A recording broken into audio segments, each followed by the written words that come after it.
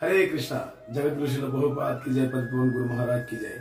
আপনি কি জানেন একাদশী কখন? আগামী 17 জুলাই বুধবার শয়ন একাদশী বা দেব শয়নী একাদশী নামে প্রসিদ্ধ। এই একাদশী অত্যন্ত গুরুত্বপূর্ণ একাদশী। তাই আসুন আজকে আমরা আমাদের এই ভিডিওতে জেনে নেব যে এই একাদশী কিভাবে আমরা পালন করব এবং একাদশী দিন কিভাবে আমরা নিজেকে প্রস্তুত করে পরে ভগবানের কাছে সমর্পণ করব। একাদশী মানে ভগবানের কাছে সমর্পণের দিন। একাদশী মানে ভগবানের কাছে আমাদের আত্মসমর্পণের দিন। আমরা ভগবানের প্রীতি বিধানের জন্য, ভগবানকে খুশি করার জন্য এই একাদশী ব্রত পালন করে থাকি। সমস্ত ব্রতদের মধ্যে একাদশী ব্রত হলো সর্বশ্রেষ্ঠ ব্রত। একাদশী ব্রত যে ব্যক্তি করে ভগবান অতি প্রসন্ন হয় সেই ব্যক্তির প্রতি। কারণ একাদশী মতো আর শ্রেষ্ঠতম ব্রত কোনো ব্রত নেই। আপনি যা কিছুই করুন, যাগ, ধর্ম, দান, ধ্যান, যা কিছু করুন, কিন্তু যদি একাদশী ব্রত না করেন তো সেই ব্রতের ফল আপনি সম্পূর্ণ পাবেন না। তাই নদীদের মধ্যে যেমন গঙ্গা শ্রেষ্ঠ, তেমনি ব্রতদের মধ্যে একাদশী শ্রেষ্ঠ। যে ব্যক্তি একাদশী করে সে ব্যক্তি কোনোদিন জমালয়ের মুখ দর্শন করে না, এমনকি যমদেব তার দুয়ারে পর্যন্ত আসে না।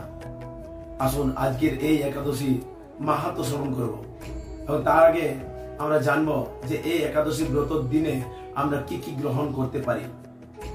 নিম্নত একাদশী দিনে আমরা কোনো পঞ্চশস্য গ্রহণ করতে পারবো না, কারণ সেদিনকে পাপ বাস করে সেই পঞ্চশস্যের মধ্যে।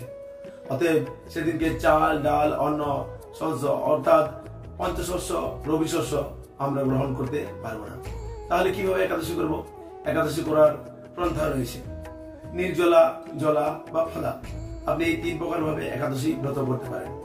নির্জলা উপবাস করে আপনি একাদশী ব্রত করতে পারেন। যদি নির্জলা না থাকতে পারেন তাহলে অবশ্যই জল খেয়ে আপনি একাদশী ব্রত করতে পারেন। সেটা ডাবের জল হলে খুব ভালো। আর যদি আপনি জল খেয়ে না করতে পারেন তাহলে ফলা, আপনি বিভিন্ন রকমের ফল রয়েছে, সেই ফল খেয়ে এই একাদশী ব্রত উদযাপন করতে পারেন। এবং একাদশী ব্রতের দিনে বেশি বেশি ভগবানের কথা, ভগবানের শাস্ত্র গ্রন্থ অধ্যয়ন করা, ভগবদ গীতা, ভাগবতম পড়া এবং অধিকতম হরিনাম জপ। ভগবানকে সন্তুষ্ট করার একমাত্র বিধিবিধান হলো হরিনাম জপ। হরে কৃষ্ণ মহামন্ত্রতে ভগবান যা খুশি হয়, আমার মনে হয় আর কোন বস্তুতে ভগবান এত প্রীত হন না। অতএব একাদশীর দিনে যে যত পারেন অধিকতম জপ করার চেষ্টা করবেন। হরে কৃষ্ণ। জগৎগুরু শিল প্রভুপাদের কৃপায় আজকে আমাদের গোলকেরও প্রেমধন হরিনাম সংকীর্তন সুলভ হয়েছে। শিল প্রভুপাদের কৃপাতেই আজকে আমরা হরিনামের মতো অমূল্য ধন আমাদের হাতে সামনে পেয়েছি। অতএব আমরা প্রভুপাদের সেই অশেষ কৃপাকে সুন্দরভাবে গ্রহণ করে নিজের জীবনকে উৎফুল্লিত করতে পারি। তাই আমার একান্ত অনুরোধ, একাদশীর দিনে আপনার নিকটবর্তী ইস্কন মন্দিরে গিয়ে উদযাপন করতে পারেন বা আপনি নিজের বাড়িতেও করতে পারেন, কোনো অসুবিধা নেই, তবে শাস্ত্র মত অনুযায়ী। তাহলে কিভাবে এই একাদশী ব্রত আপনি বাড়িতে পালন করবেন? একাদশীর দিনে যদি আপনি মন্দিরে উদযাপন করেন তাহলে তো কোনো অসুবিধা নেই, কিন্তু যদি বাড়িতে পালন করেন তাহলে একাদশী আরম্ভ অ্যাকচুয়ালি দশমীর দিন থেকে আরম্ভ হয়। আপনি দশমীর রাত্রে যদি অন্ন বা ডাল, সবজি দিয়ে রুটি যদি খান তাহলে রাতে আপনি ব্রাশ করতে হবে। ব্রাশ করে মুখ কুলকুচু করে আপনি ভালোভাবে রাত্রে মুখ ধুয়ে রাত্রে শয়ন করতে পারেন। এ হলো দশমী দিনের বিধি পন্থা। তারপরের দিনে অবশ্যই একাদশী দিনের কথা বলা হচ্ছে।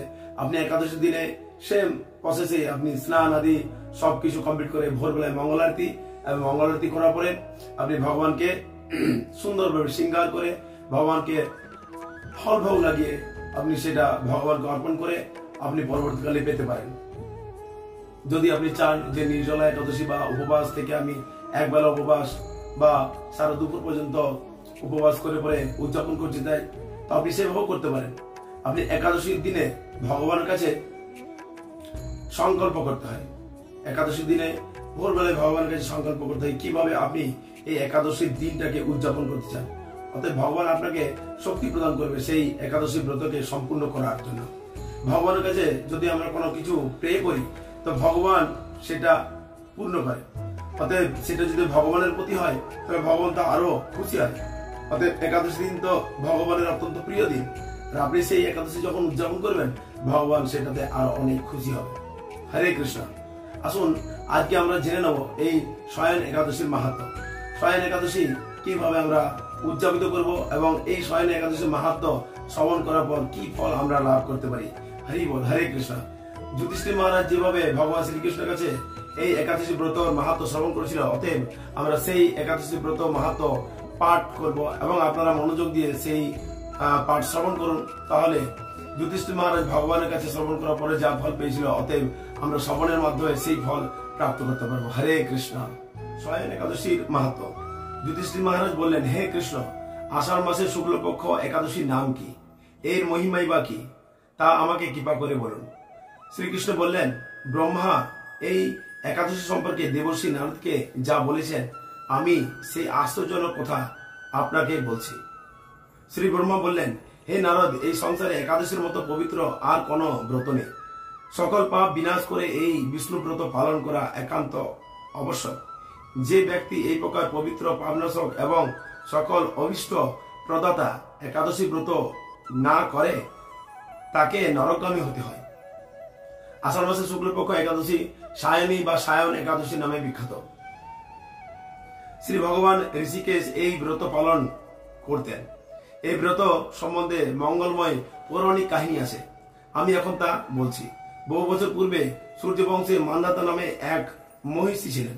তিনি ছিলেন সত্য প্রযোগ্য এবং প্রতাপশালী চক্রবর্তী রাজা। প্রজাদেরকে তিনি নিজের সন্তানের মতো পালন করতেন। সেই রাজ্যে কোনো দুঃখ, ব্যাধি, রোগ, দুর্ভাগ্য, অখাদ্য অভাব অথবা কোনো অন্যায় আচরণ ছিল না। এইভাবে বহুদিন অতিবাহিত হয়। কিন্তু একসময় হঠাৎ দৈব বিপাকর্মে 3 বছর সেই রাজ্যে কোনো বৃষ্টি হয়নি।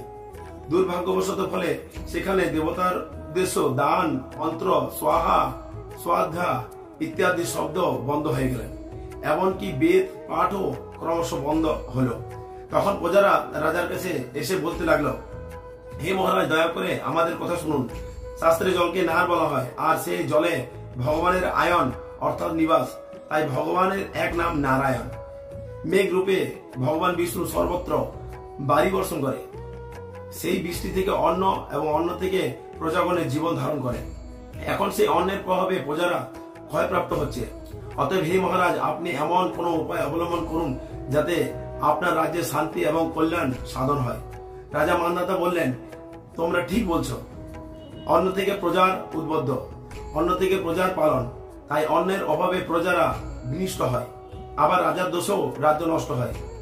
আমি নিজের বুদ্ধিতে নিজের কোনো দোষ খুঁজে পাচ্ছি না, তবু প্রজাদের কল্যাণের জন্য আমি অপ্রাণ চেষ্টা করব।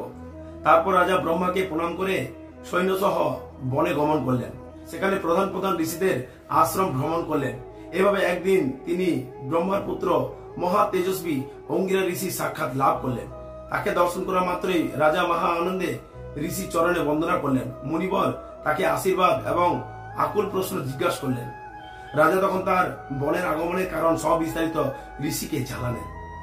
ঋষি অঙ্গিরা কিছু সময় ধ্যানস্থ থাকার পর বলতে লাগলেন, হে রাজন, এটি সত্য যুগ। এই যুগে সকল লোক বেদ পরায়ণ এবং ব্রাহ্মণ ছাড়া অন্য কেউ তপস্যা করে না। এই নিয়ম থাকা সত্ত্বেও এক শূদ্র রাজ্যে তপস্যা করছে। তার এই আকার্যের জন্য রাজ্যে এই দুর্দশা। তাই তাকে হত্যা করলে সকল দোষ দূর হবে। রাজা বললেন, হে মুনিবর, তপস্যাকারী নিরপরাধ ব্যক্তিকে আমি কিভাবে বধ করব? আমার পক্ষে সহজ সাধ্য জন্য কোনো উপায় থাকলে আপনি দয়া করে আমাকে বলুন। তদ্রূপ মহিষী অঙ্গিরা বললেন, আপনি আষাঢ় মাসের শুক্লপক্ষ সায়নী নামে প্রসিদ্ধ একাদশী ব্রত পালন করুন। এই ব্রত প্রভাবে নিশ্চিত রাজ্যে বৃষ্টি হবে। এই একাদশী সর্বসিদ্ধি দায়ী এবং সর্ব উপদ্রব নাশকারী। হে রাজন, প্রজা এবং পরিবার বর্গ সহ আপনি এই ব্রত পালন করুন। মুনিবরের এই কথা শুনে রাজা নিজের প্রসাদে ফিরে গেলেন। আষাঢ় মাস উপস্থিত হলো। রাজ্যের সকল প্রজা রাজার সাথে এই একাদশী ব্রত অনুষ্ঠান করল। এই ব্রতের প্রভাবে প্রচুর বৃষ্টি হলো। কিছুকাল মধ্যেই অন্ন অভাব দূর হলো। ভগবান ঋষিকেশের কৃপায় প্রজাগণ সুখী হলো। এই কারণে সুখ ও মুক্তি প্রদানই এই উত্তম ব্রত পালন করার সকলের কর্তব্য। ভবিষ্যৎ পুরাণে যুধিষ্ঠির মহারাজ শ্রীকৃষ্ণ কথোপকথন নারদ ও ব্রহ্ম সংবাদী রূপে একাদশীর এই মাহাত্ম্য বর্ণিত হয়েছে। জয় জগৎগুরু শিল প্রভুপাদ, জয় পতিতপাবন গুরু মহারাজ কি জয়, জয় সায়নী একাদশী ব্রত কি জয়। তো আপনারা সকলে মন দিয়ে এই সায়নী একাদশী ব্রতর মাহাত্ম্য শ্রবণ করলেন। এই মাহাত্ম্য শ্রবণ করার ফলে আমরা বুঝতে পারলাম যে ভগবান শ্রীকৃষ্ণের ইচ্ছার বিরুদ্ধে কিছু হয় না, ভগবান শ্রীকৃষ্ণের ইচ্ছাতেই সবকিছু ঘটিত হচ্ছে। ঈশ্বর পরম কৃষ্ণ সচ্চিদানন্দ বিগ্রহ অনাদিরাদি গোবিন্দ সর্ব কারণ কারণম। ব্রহ্মা স্বয়ং নিজে মুখ থেকে এই বেদবাণী বর্ণন করেছেন। ভগবান শ্রীকৃষ্ণ হল সমস্ত কিছুর আদি, অনন্ত এবং সবকিছুর কারণ। ভগবান শ্রীকৃষ্ণ নিজে শ্রীমুখ থেকে এই ব্রত পালন করার উপদেশ প্রদান করে গেছে। এই ব্রত যারা পালন করবে তাদের সুখ সমৃদ্ধি সবকিছু উৎপন্ন হয়ে উঠবে, তাদের জীবনে কখনো অন্যের অভাব হবে না। অতএব আমরা সকাল থেকে রাত পর্যন্ত যা কিছু করছি এই এক বিতা পেটের জন্যই করছি, দুটি অন্ন যোগানোর জন্যই সবকিছু করছি। কিন্তু কৃষ্ণ যদি সবকিছু প্রদান করে থাকে তাহলে আমরা নিজের উপরে এত নির্ভরশীল কেন? কারণ আমরা আমাদের নিজের স্বরূপকেই চিনতে পারিনি। আমরা হলাম ভগবানের নিত্য দাস, জীব কৃষ্ণ নিত্য দাস। এই কথা বলি, মায়ার নপর হইয়া চিরদিন বলি। আমরা মায়ার দাসত্ব করতে করতে আমাদের অভ্যাস এত নিম্নতম হয়ে গেছে, আমরা চোখের সামনে ভগবানকে দর্শন করার পরও ভগবানের প্রতি আমাদের দৃঢ় বিশ্বাস নেই। অতএব ভগবানের প্রতি দৃঢ় বিশ্বাস রাখুন এবং আপনারা হৃদয়ের আন্তরিকতার সহিত ভগবান যেভাবে এই ব্রত পালন করতে বলেছে আপনারা সেইভাবে এই ব্রত পালন করুন। অবশ্যই এই ব্রতের ফল আপনারা প্রাপ্তি করতে পারবেন। হরে কৃষ্ণ। এখন জেনে নি এই ব্রত আমরা কিভাবে, একাদশীর পরের দিন কিভাবে আমরা এই ব্রত উদযাপন করব। একাদশী ব্রত উদযাপন করার নিয়ম হলো একাদশীর পরের দিনকে পালন করা। একটা নির্দিষ্ট সময়ে এই একাদশী ব্রত পালন করলে এই একাদশী ব্রত সম্পূর্ণ ফল প্রাপ্ত হওয়া যায়। হরে কৃষ্ণ। 18 জুলাই বৃহস্পতিবার অর্থাৎ একাদশীর পরের দিন। একাদশীর পালন ভোর 5টা থেকে সকাল 9:28 মধ্যে। আপনি একাদশী করেন আর তার পরের দিন যদি সঠিক সময়ে পালন যদি না করেন তো সেই একাদশীর সম্পূর্ণ ফল প্রাপ্ত হওয়া যায় না। অতএব শাস্ত্রের নির্দেশ অনুযায়ী আমাদেরকে একাদশীর পরের দিনে পালন করা উচিত। হরে কৃষ্ণ। তো আগামী 17 জুলাই সায়ন একাদশী এবং তারপরের দিনে 18 জুলাই বৃহস্পতিবার পালন। আপনারা অবশ্যই ক্যালেন্ডার বা পঞ্জিকা দেখে পরে এই ব্রত উদযাপিত করবেন। হরে কৃষ্ণ।